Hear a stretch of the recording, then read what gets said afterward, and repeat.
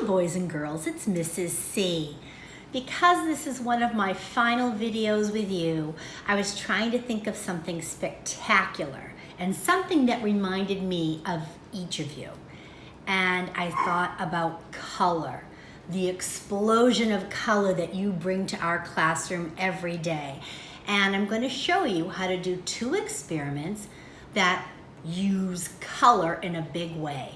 The first one is going to be fireworks in a jar. And let me show you the materials that you're going to need. You are going to need some vegetable oil, about 3 to 4 tablespoons. So you might need one of these, a tablespoon measuring. A container of warm water. As you can see, it's not filled to the tippity top. It's about 3/4 of the way full. A bowl with a fork. And liquid food coloring. You might have this in your baking cabinet. So the first thing you're going to do after you have filled up your container of water is you're going to add 3 to 4 tablespoons of vegetable oil to the bowl. 1, 2, 3, one more for good measure. There we go. That's 4. And then you're going to look at your food coloring. Think about the colors you want to use. You might want to use different colors. You might want to use one color, whatever speaks to you. So when I think of my kids at school, oh, I see blue. Might add a couple of drops of blue.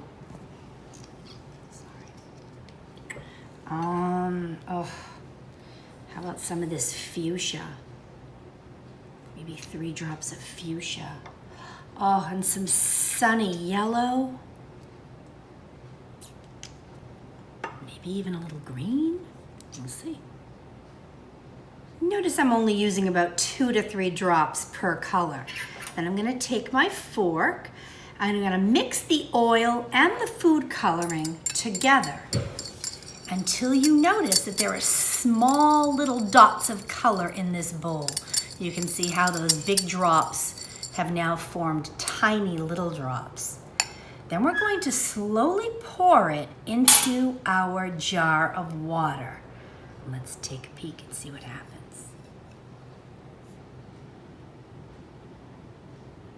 Slowly. Okay, now watch carefully. Because as the liquids combine, the food coloring is going to slowly sink out of the oil and into the water. And watch what happens. The science behind this is that food coloring does dissolve in water, but not in oil because the oil is lighter than the water. The colored droplets are going to begin to sink because they are heavier than the oil. And once they sink into the water, they begin dissolving, slowly creating the tiny, colorful explosions.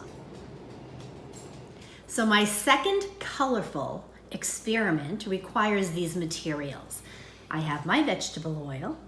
I have a container of water, but this time it's only filled about 1/4 of the way. Food coloring of your choice and an Alka-Seltzer tablet. Only one. So now that my water is in my dish, or my bowl, or my jar, or my cup, I'm going to take my vegetable oil, and this time I'm going to fill the container almost all the way to the top. And I want you to notice the separation that occurs as I do this. Because water is heavier than oil, the water sinks to the bottom and the oil is on top. You might have seen this in a salad dressing jar that sometimes you have to shake before you use. So this is our oil and water. Now I'm going to choose a color for my lava lamp. Let's see, 1, 2, 3, 4, 5, 6, 7, 8. Let's try 8 drops of food coloring and 1 Alka-Seltzer tablet. Let's see what happens. Now you'll notice that the Alka-Seltzer tablet reacted with the water and it made little gas bubbles.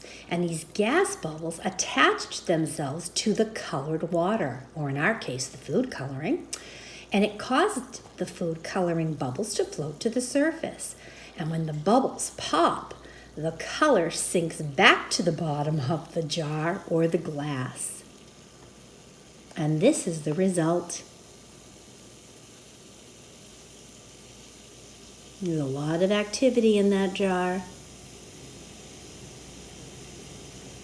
So I hope you have fun with these experiments, and maybe you can try tweaking the experiment a little bit.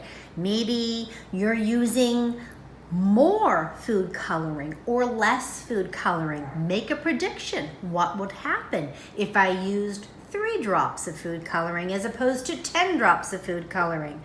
I wonder if it matters how tall or how wide my container is. These are all things that you can play around with in either activity. Make it your own, record your results, but most of all, have a ball. And I love you as always. Bye-bye.